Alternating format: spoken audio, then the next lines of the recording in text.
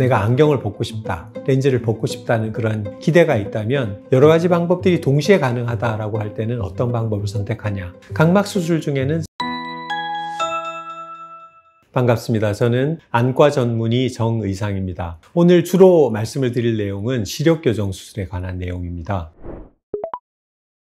시력교정 수술은 그야말로 시력을 교정하는 수술. 원칙적으로 안과에서 얘기하는 거는 시력교정 수술보다는 굴절교정 수술이라는 말을 많이 합니다. 굴절교정 중에 굴절 이상이라고 저희가 표현을 하는데요. 근신, 안신을 알고 계실 거예요. 원시나 다른 종류의 굴절 이상도 있지만, 노안 같은 이상도 있지만, 가장 젊은 사람들이 안경이나 렌즈를 끼는 흔한 이유는 근시와 난시이거든요. 그래서 그런 근시와 난시 같은 맨눈으로 시력을 잘 보이지 않게 하는 그런 굴절 이상을 교정하는 수술이다.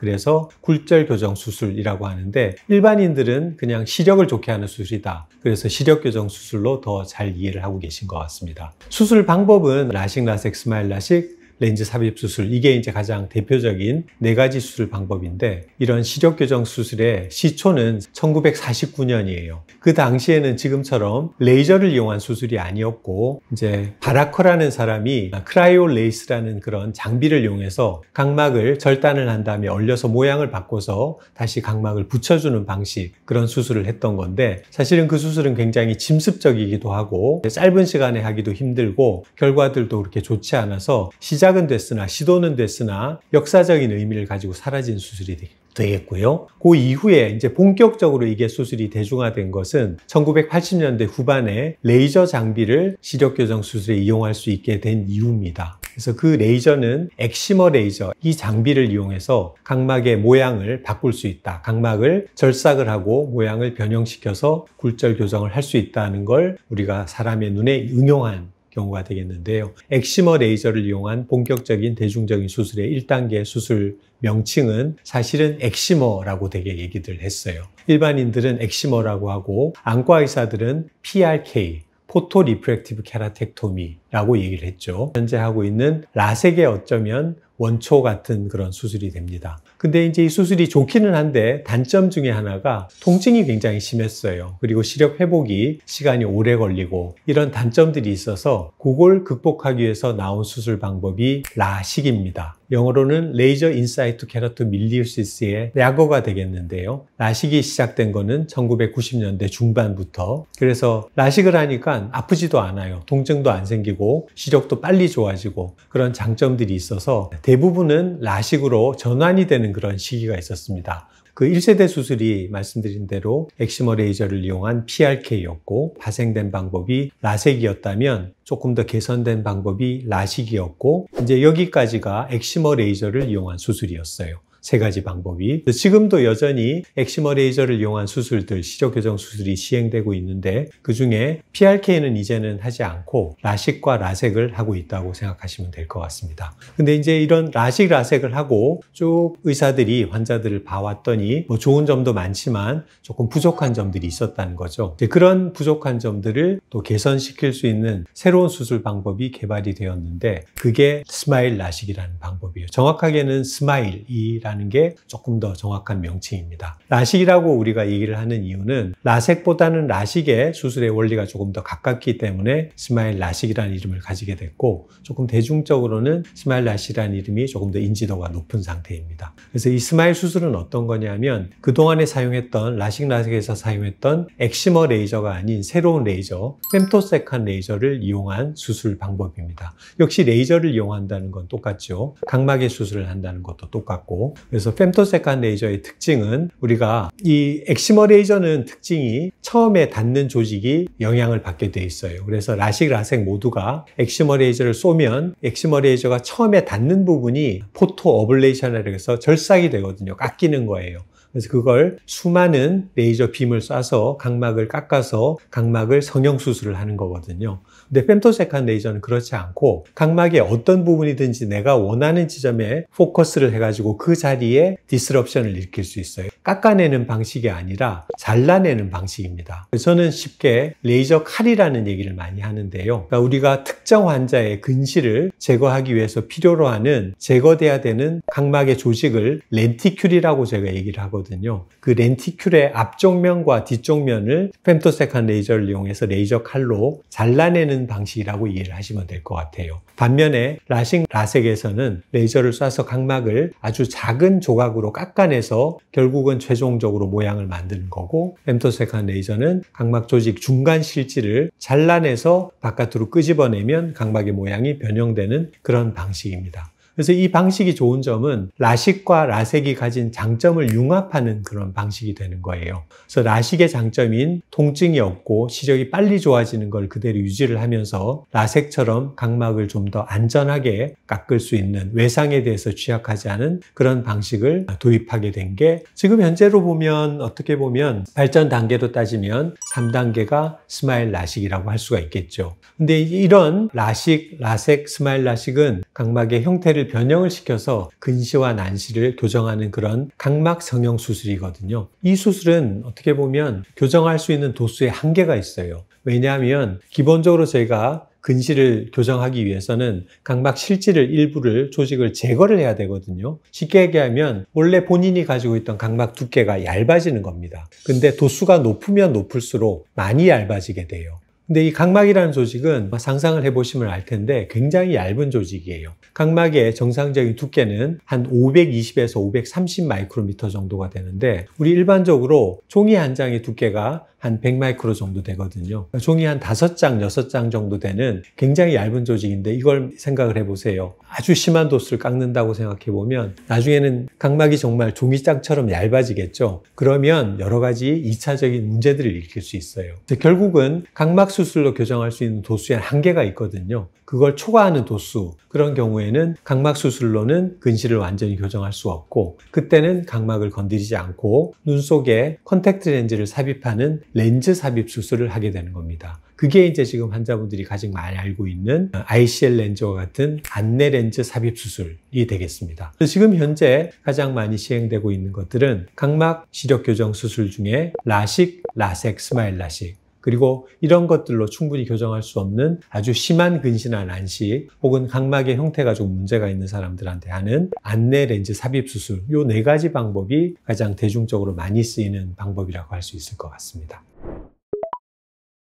네, 제가 스마일 라식에 대해서 애정을 좀 더 많이 가지고 있는 이유는 제가 국내에서 처음으로 이 수술을 집도한 의사이기 때문입니다. 이 수술이 초기에는 사실은 의사들한테도 그렇게 관심을 받지를 못했어요. 저는 원래 성격상 새로운 수술을 시행을 하고 그 결과를 이렇게 연구를 하고 이런 것들을 굉장히 즐기는 그런 의사였는데, 마침 이 스마일 수술을 할 수 있는 비주맥스라는 장비를 제작한 독일의 칼 자이스 메디텍사에서 저한테 임상 연구에 대한 의뢰가 왔던 거죠. 제가 삼성의료원의 대학 교수로 있던 당시에, 제가 2008년도였던 걸로 기억하는데, 그때 칼 자이스 메디텍 코리아의 직원분께서 저희 연구실을 방문해서 이런 수술 방법, 새로운 개념의 수술이 지금 시도가 되고 있고, 이런 수술을 위해서 장비를 만들었는데 그 장비를 교수님이 접목을 해서 수술을 한번 해보실 의향이 있으십니까? 연구를 해보시겠습니까? 라고 저한테 제안을 먼저 했고요. 저는 흔쾌히 그걸 받아들였죠. 왜냐하면 그 당시에 제가 라식 라섹을 하고 있으면서도 이런 부분들이 조금 아쉽다, 조금 더 개선이 돼야 되겠다, 그런 기대를 가지고 있던 차에 그런 컨셉에 대해서 얘기를 들어보니 이 방법은 미래가 있는 방법이겠다라는 그런 감이 왔거든요. 그래서 제가 그게 동참을 하기로 했고, 그래서 이제 독일을 방문을 하기도 하고, 그 수술을 실제 임상 실험을 하고 있던 인도에 있는 의사도 방문을 하고, 칼 자이스 메디텍 본사 독일의 예나도 방문을 하고, 이러면서 회사 사람들과 그리고 이 수술을 먼저 시행을 하고 있었던 당시에 다른 국가의 그런 의사들과도 교류를 하면서 이 수술을 위한 그런 연구단체가 설립이 됐습니다. 그래서 전 세계에 있는 11명의 닥터가 그때 참여를 했고, 한국에서 유일하게 제가 참여를 해서 연구를 하고 이 수술을 실제 환자에게 시술을 한 게 2011년도가 됩니다. 그래서 그 당시에 첫 시술을 한 게 아직도 기억이 생생해요. 실제 강남 지역에서 시력교정 수술을 하는 병원들에서 이 수술을 시작했고, 그 당시에 이제 지금 한 10년 이상의 시간이 지난 지금은 라식 라섹보다 스마일 라식을 더 많이 하는 그런 상황이 된 거죠. 그만큼 스마일 라식이 시력교정 수술의 어떤 대명사가 되었기 때문에, 그 초기에 이런 수술을 개발하는 과정에 제가 참여를 했기 때문에 저는 스마일 라식에 대해서 굉장히 애정을 많이 가지고 있습니다.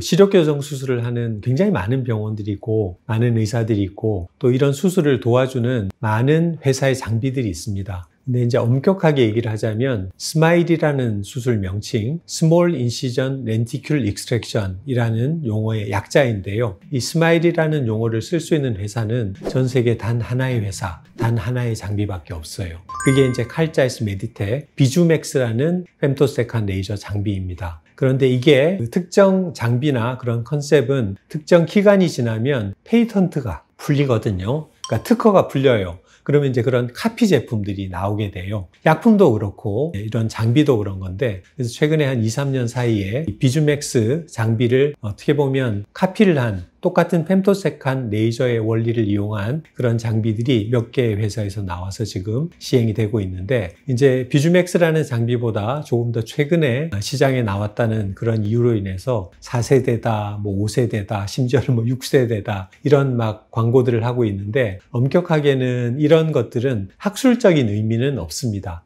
그러니까 이제 그 장비를 만든 회사에서는 좀 더 자랑스럽게 그 장점을 부각시키기 위해서 새로운 세대의 수술 방법이다라고 얘기를 하고 있지만, 실제로 스마일이라는 용어를 공유할 수 있는 그런 수술 방법들은 아니라고 알고 계시면 되겠습니다. 그래서 이제 그런 것들을 피해 나가기 위해서 스마일이라든지 또 라식이라든지 이런 용어들을 쓰고 있는 걸로 일부 알고 있는데요. 칼 자이스 메디텍사의 비주맥스라는 장비를 이용한 수술 방법만 스마일이라는 용어를 쓸 수 있다라는 것은 정확한 사실입니다. 그래서 그거는 환자분들께서 오해의 소지가 없었으면 합니다. 어쨌든 이게 학술적으로 유의미한 장비의 어떤 발전이나 수술 컨셉의 발전이 이루어지면 새로운 세대의 수술로 저희가 인정을 하지만, 지금 얘기를 하고 있는 4세대, 5세대, 6세대 이런 수술 방법들은 사실은 크게 환자분들이 의미를 두실 수 있는 그런 어떤 유의미한 발전을 가져온 수술 방법들은 아니고, 오히려 이제 새로운 회사에서 만든 장비이기 때문에 이런 방법들이 안정적인 결과를 만들기 위해서는 그런 새로운 결과들을 안정적으로 가질 수 있는 기간이 필요하거든요. 비주맥스를 이용한 스마일 수술도 초창기에는 수술의 결과들이 약간은 부침이 있었어요. 이제 그런 과정들을 지나면서 새로운 노모그램이 확정이 되고 새로운 파라미터들이 안정이 되고 이런 과정들을 통해서 수술의 결과들이 더 좋아지는 거거든요. 그래서 지금 새로운 세대들의 수술이라고 하는 그런 수술 방법들은 아직은 그런 과정들이 충분히 이루어지지 않은 가능성이 있기 때문에 조금 조심스럽게 접근을 하는 게 좋겠다는 게 솔직한 제 의견입니다.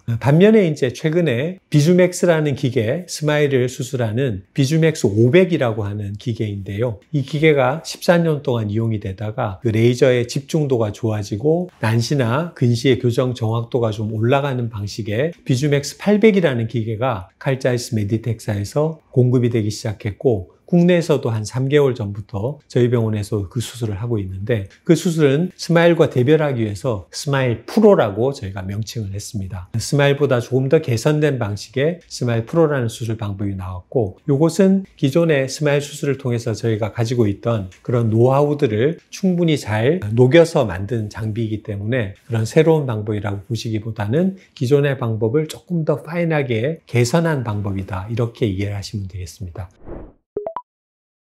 저는 예전에는 이제 라식 라섹이 상당히 많은 사람들이 관심을 가지고 수술을 할 때는 라식 라섹에 비해서 스마일 라식이 어떤 장점이 있는지를 환자랑 상담을 긴 시간을 통해서 해서 설득을 해서 스마일 라식 수술을 되게 진행을 했다면, 지금은 사실 환자분들이 이미 다 교육이 돼서 오는 경우들이 많아요. 그래서 라식 라섹보다 스마일 라식이 좀 더 좋은 수술이라는 거, 그런 개념들을 이미 가지고 계시기 때문에 각막 수술을 할 수 있다고 하면 저는 두 가지 방법보다는 스마일 라식을 당연히 더 추천을 드립니다. 라식과 라섹이 가지고 있던 단점들, 예를 들면 라식이 가지고 있는 외상에 대한 취약성이나 원추각막이나 각막 확장증이 생길 수 있는 확률, 또 건조증에 대한 어떤 심한 우려, 그런 것들을 버린 수술, 그게 이제 스마일 라식이 되겠고, 라섹이 가지고 있는 단점, 예를 들면 수술 이후에 일부 환자에서 생기는 각막의 혼탁이라든지 스테로이드에 의한 안압의 상승이라든지 이런 부분들을 단점을 버릴 수 있는 방식으로 개선된 게 스마일 라식이거든요. 그래서 당연히 세 가지 방법이 다 가능하다면 각막 수술 중에는 스마일 라식을 권해드릴 겁니다. 아마 지금 스마일 라식 장비를 가지고 있는 병원이라면 모든 병원이 병원들이 아마 그런 방식으로 접근을 할 거예요. 단지 이제 모든 병원들이 스마일 라식을 할 수 있는 장비를 보유하고 있지는 않기 때문에 그런 스마일 라식 장비를 보유하지 않은 병원에서는 아마 라섹을 권유할 수도 있을 겁니다만, 그 장비를 가지고 있는 병원이라면 세 가지 방법이 다 가능하다면 당연히 스마일 라식을 진행을 하게 될 겁니다. 반면에 이제 아까 얘기 드린 대로 각막 수술을 하기 힘들 정도로 근시가 심하다거나 각막의 두께가 얇다거나 각막의 형태에 약간의 오류가 있다거나 이런 경우에는 각막 수술을 하지 않고 렌즈 삽입을 하게 되는 이런 방식. 그래서 예전에는 10명의 환자가 수술을 위해서 병원을 방문을 하면 1명 정도는 수술을 할 수 없는 경우가 있었다면, 지금은 어떤 수술을 선택을 하느냐는 다를 수 있지만 수술을 못하는 환자는 거의 없다고 보셔도 돼요. 내가 안경을 벗고 싶다, 렌즈를 벗고 싶다는 그런 기대가 있다면 검사를 통해서 사전에 여러 가지 검사들을 통해서 어떤 방법이 최선이냐를 의사가 선택을 하는 거지 수술을 못하는 경우는 거의 없다. 그렇지만 여러 가지 방법들이 동시에 가능하다라고 할 때는 어떤 방법을 선택하냐. 각막 수술 중에는 스마일 라식이 단연 우월한 수술 방법이라고 할 수 있을 것 같고요. 그 스마일 라식을 하기 힘들 정도의 각막 상태다라고 하면 그러면 그때는 렌즈 삽입을 한다. 저는 개인적으로는 스마일 라식과 렌즈 삽입 수술 두 가지가 거의 99% 환자에게 진행을 하고 있고, 이 두 가지가 동시에 안 되는 그런 아주 예외적인 1% 정도의 환자들은 라섹을 수술을 하는 그런 경우가 되겠습니다. 그래서 이제 각막 수술 중에는 스마일 라식이 가장 특장점이 많고 단점이 적은 수술인데, 똑같은 스마일 라식도 제가 얘기 드린 대로 스마일 프로라는 수술 방법이 새로 나왔습니다. 그래서 기존의 컨셉은 똑같지만 그 과정, 그 수술을 수행하는 과정이 조금 더 안전해지고 환자분이 수술 도중에 어떤 문제가 생길 확률이 적어지고 수술 이후에 정확도가 더 높아지는 방법이 스마일 프로이기 때문에, 만약에 스마일 프로를 수술을 하실 수 있다면 당연히 스마일보다는 또 스마일 프로를 조금 더 권장을 해드리게 됩니다. 실제로 스마일 수술이 라식이나 라섹보다 비용이 더 많이 드는 수술은 맞습니다. 그러니까 수술비가 비싼 거죠. 환자분 입장에서는 경제적으로 좀 부담이 되실 수가 있는데, 그건 뭐 그럴 수밖에 없는 여러 가지 이제 타당한, 합당한, 저희들이 보기에는 합당한 이유가 있는 거죠. 그래서 이제 그 제일 중요한 이유는 수술을 할 때 우리가 사용하게 되는 레이저 장비와 그리고 소모품의 비용이 라식, 라섹에 비해서는 많이 들기 때문에 그래요. 쉽게 얘기하면 우리가 음식을 만들 때 좋은 식재료, 비싼 식재료를 이용해서 음식을 만들게 되면 음식값은 비싸질 수밖에 없는 거죠. 스마일 라식이 그런 경우거든요. 우리가 수술할 때 쓰는 레이저 장비가, 이게 뭐 이런 말씀을 드려도 되는지 몰라도 레이저 장비 하나의 가격이 10억이 넘는 아주 고가의 장비입니다. 게다가 수술을 한 명 할 때 쓰는 PI라는 그 소모품의 장비, 일종의 이거는 회사에서 필요로 하는 라이센스 장비라고 보시면 되는데요. 그 PI라는 제품을 만드는 데 드는 비용은 아마 그렇게 비싸진 않을 거예요. 근데 회사에서 그걸 수술한 의사한테 판매할 때 그 가격에는 이 스마일 라식이라는 수술을 개발하기 위해서 자기들이 투자한 그런 연구비라든지 이런 것들이 다 묻어 있는 거거든요. 그래서 그 PI라는 그 개체 자체, 소모품을 비싸게 팔고 있어요. 그래서 그런 것들을 이용해야지만 수술을 할 수 있기 때문에 어쩔 수 없이 스마일 라식은 라식이나 라섹보다는 수술비가 비싸질 수밖에 없습니다. 그래서 이게 좋지 않은데 비싸다면 제가 항상 얘기하는 거지만 가족들한테 수술을 해주지는 않죠. 저는 이제 제가 제 딸아이가 저를 닮아서 근시가 심했어서 스마일 라식을 해줬었는데, 만약에 그게 좋지 않은 수술이고 비싸기만 한 수술이라면 가족들한테 그렇게 수술을 하지는 않았겠죠. 그래서 환자분들이 궁금해하거나 간혹 약간 의심의 눈초리로 보시면 저는 저희 딸한테 이 수술을 해줬습니다. 그래서 만족하고 있습니다. 이런 얘기를 드리면 환자분들이 그때 이제 마음을 조금 여시는 경우들이 많아요. 상담하다가 보면 굉장히 좀 걱정이 많은 환자분들 계세요. 그런 분들 걱정 중에 뭐가 걱정되세요? 물어보면 아주 노골적으로 그런 얘기 하십니다. 혹시 이 수술 잘못돼가지고 제 눈 실명하면 어떡하죠? 이런 얘기들을 하세요. 실제로 조금 의외긴 한데 그런 고민을 하는 분들이 계신 것 같아요. 근데 제가 단언코 얘기 드리는데 절대로 실명하는 일은 없습니다. 실명할 수가 없습니다. 라섹도 그렇고요. 스마일 라식도 그래요. 실명할 만큼 그렇게 위험한 수술이지도 않고 그런 상황이 되도록 방치하지도 않습니다. 물론 수술이 한 번에 완벽하게 되지 않을 수는 있어요. 예를 들면 스마일 라식의 경우에 레이저를 조사하는 시간이 한 25초가량 되는데 환자분들도 알고 계시겠지만 그 25초의 시간 동안 환자분이 눈을 심하게 움직이면 수술이 중단되는 경우가 있거든요. 물론 눈을 움직이지 못하게 저희가 안전장치를 해요. 눈 동자를 고정해서 딱 잡는, 아까 제가 PI 얘기 드렸는데 PI라는 장치가 눈 동자를 움직이지 못하게 고정을 기계적으로 딱 한 상태에서 레이저를 쏘기 때문에 약간씩은 눈을 깜빡이거나 움직이려고 해도 움직여지지 않아요. 안전장치가 되어 있는데 정말 긴장을 많이 하는 분들은 그걸 이겨낼 정도로 심하게 눈을 감거나 눈을 엉뚱한 곳을 보는 경우가 있거든요. 그럴 때는 석션 브레이크라고 해서 수술이 중단이 됩니다. 설사 그렇게 된다고 해도 실명되지 않아요. 수술을 미뤄서 할 뿐이지 나중에 수술할 때 다시 요령을 다시 인지를 시키고 안전하게 수술을 진행을 하면 또 좋은 시력을 얻을 수 있거든요. 그런 상태이고 라섹도 마찬가지입니다. 라섹을 할 때 예전에는 사실 그런 장치가 초기에는 없었지만 지금은 환자분이 눈을 움직이면 적외선 카메라가 그 움직임을 감지를 하고 레이저가 추적을 해요. 그러니까 움직이면 쫓아가서 수술을 하는 거죠. 엑시머 레이저를 이용한 수술은 환자의 움직임을 레이저가 추적해서 수술을 하게 되고 스마일 같은 경우는 추적을 할 필요는 없지만 환자가 눈을 움직이지 못하게 눈을 딱 고정을 한 상태에서 붙잡고 레이저를 쏘기 때문에 움직일 수가 없다. 이렇게 이해를 하시면 될 것 같아요. 그래서 수술 도중에 레이저가 엉뚱한 곳에 맞아서 실명을 한다거나 이런 일은 절대로 있을 수가 없는 일이다. 이거는 누군가가 퍼뜨린 괴담이다. 가짜 뉴스다 라고 생각하시면 될 것 같습니다. 너무 긴장 많이 하는 분들은 그냥 저 좀 재워주세요 이런 얘기도 합니다. 국소 마취가 아니라 전신 마취를 해서 수술을 하기를 원한다. 이건 뭐 시력교정 수술뿐만이 아니라 백내장 수술할 때도 그런 얘기들을 하는 분들이 계시거든요. 근데 이제 근본적으로 말씀을 드리면 현실적이지 않아요. 왜냐하면 예를 들면 스마일 라식을 예를 들어 볼게요. 스마일 라식 수술 시간이 5분밖에 안 걸리거든요. 근데 마취를 하고 깨우고 이 시간이 훨씬 더 길어요. 그리고 또 한 가지, 도저히 나는 맨정신에 못하겠다, 전신 마취를 해서 하겠다라고 하더라도 그게 환자분한테 유리하지도 않아요. 왜냐하면 수술을 할 때 환자분들이 정신이 있는 상태에서 주시를 하셔야 돼요. 어디를 보세요. 이렇게 주시를 저희가 원하는 지점으로 잘 바라보셔야 수술의 위치가 정확하게 되고 잘 될 수가 있는 건데, 그러니까 환자가 정신이 있는 상태로 의사가 요구하는 대로 정확한 위치를 바라보는 게 수술의 결과를, 좋은 결과를 얻을 수가 있는데, 마취를 하면 의식이 없기 때문에 그 과정을 할 수가 없는 거죠. 눈을 움직일 수가 없어요. 그래서 정확한 위치에 수술을 하는 게 오히려 국소 마취를 하는 것보다 어려워지거든요. 그래서 결과도 좋지 않을 뿐더러 그렇게 하는 게 현실성도 없다. 그래서 전신 마취로 수술할 생각은 하지도 마세요.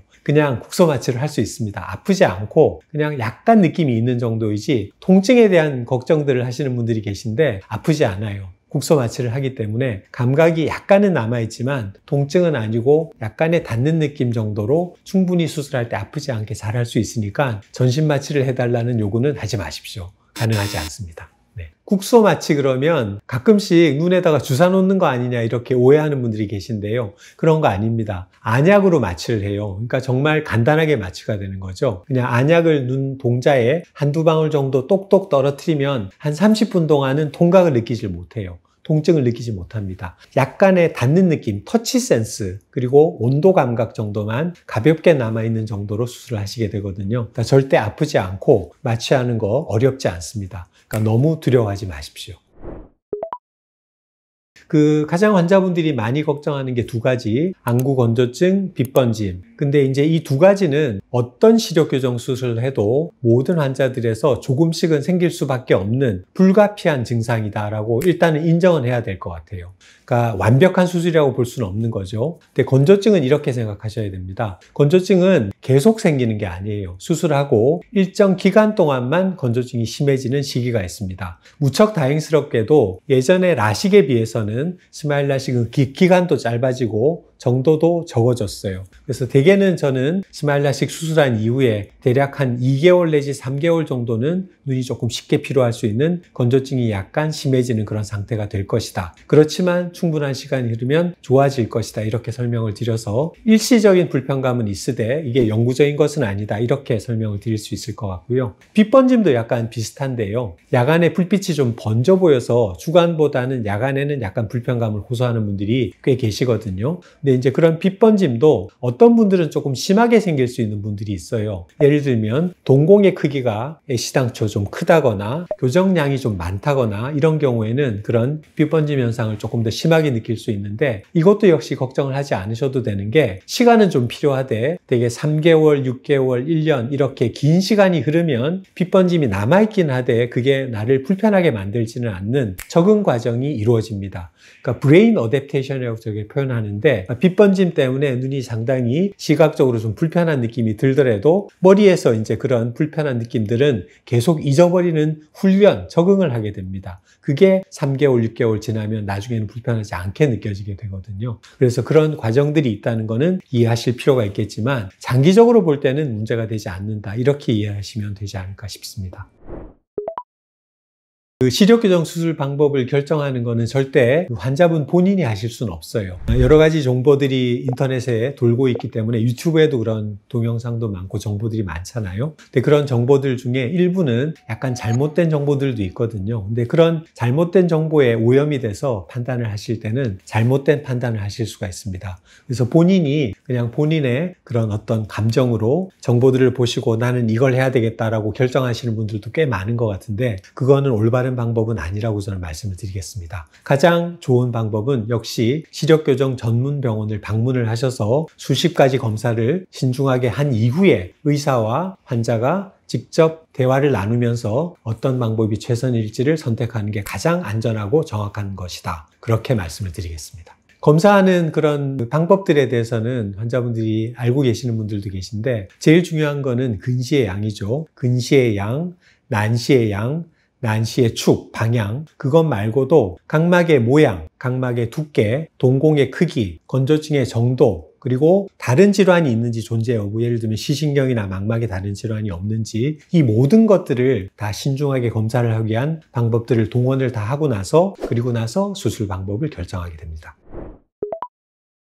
우리가 네이버에 강남 시력교정 수술 이렇게 치면 아마 수십 병원들이 홍보가 나올 겁니다. 근데 그 병원들에 대해서 그 병원을 판단하는 건 쉽지 않을 수도 있어요. 그래서 제가 그냥 제안 드리는 방법은, 일단은 제일 중요한 거는 수술을 하는 의사라고 저는 생각을 합니다. 의사가 얼마나 경험이 많고 그리고 지식이 많은 사람인지, 이 수술에 대해서 많은 경험을 가지고 있는지가 제가 보기에는 가장 환자분이 관심을 가져야 되는 분야거든요. 그래서 이제 그런 정보들은 각 병원의 홈페이지에 가면 이미 다 나와 있기 때문에 그 홈페이지를 방문하셔서 그 의사의 어떤 경력과 경험을 간접적으로 판단하는 게 이제 1번이 되겠고요. 조금 더 쉬운 방법이라면 주변의 지인들, 예를 들면 친구라든지 가족이라든지 수술을 받은 사람들을 통해서 그 병원에, 예를 들면 저희 병원의 의사나 병원의 장점, 이런 것들을 간접적으로 경험을 하실 수가 있으니까 이런 게 좋을 거고, 저는 그래서 그런 방식으로 몇 개의 병원을 선정한 다음에 직접 방문을 해보는 걸 권유를 드립니다. 그러니까 저희가 이건 그렇게 간단하게 해야 될 일은 아니고 평생을 함께 가야 될 그런 결과를 결정짓는 그런 수술이기 때문에 조금 더 신중하게 해야 된다고 생각하면, 이제 그런 방식으로 아까 제가 얘기 드린 방식으로 병원과 그 병원의 의사에 대한 충분한 정보를 보고 이 병원이 신뢰가 간다라는 병원을, 몇 개의 병원을 선택을 한 다음에 그 병원을 직접 방문을 해서 본인이 직접 경험해보고 의사와 얘기도 나눠보신 이후에 최종적으로 내가 제일 마음에 끌리는 의사한테 수술을 받는 게 제일 좋은 방법이 아닐까, 저는 그렇게 판단을 합니다. 병원을 선택할 때 또 하나 제가 빠뜨린 게 있는데요. 사실은 이 시력교정 수술은 장비에 대한 의존성이 굉장히 높은 수술입니다. 예를 들면 저희 병원에 비주맥스 500이나 비주맥스 800 장비가 없었다면 저는 수술을 할 수 있는 잘하는 의사, 준비된 의사이지만 스마일이나 스마일 프로 수술을 할 수 없겠죠. 그래서 본인이 원하는 수술, 예를 들면 스마일이나 스마일 프로를 하시고 싶다면 그 수술을 할 수 있는 칼자이스 메디텍사의 스마일 비주맥스 500이나 비주맥스 800이라는 장비가 있는 병원인지를 미리 확인을 하고 방문을 하시는 게 좋을 것 같습니다. 그리고 또 하나 노파심에 말씀드리는데, 간혹 환자분들께서 병원을 방문하면 수술 안 하고 그냥 집에 가시면 크게 야단을 맞을 줄 아시는 분들이 계시는데, 실제로는 그렇지는 않습니다. 충분히 오셔서 상담을 해보거나 검사를 해보시고 수술에 대해서 조금 두려워서 수술을 조금 보류하고 싶다거나 또 다른 병원을 방문하기를 원하신다면 저희도 아무렇지 않게 좋은 마음으로 충분히 잘 가시라고 인사드릴 수 있으니까요. 수술 병원 방문하실 때 너무 수술을 꼭 해야 되는 의무적인 그런 느낌을 가지고 오실 필요는 없다. 그것도 미리 말씀을 드리고 싶습니다.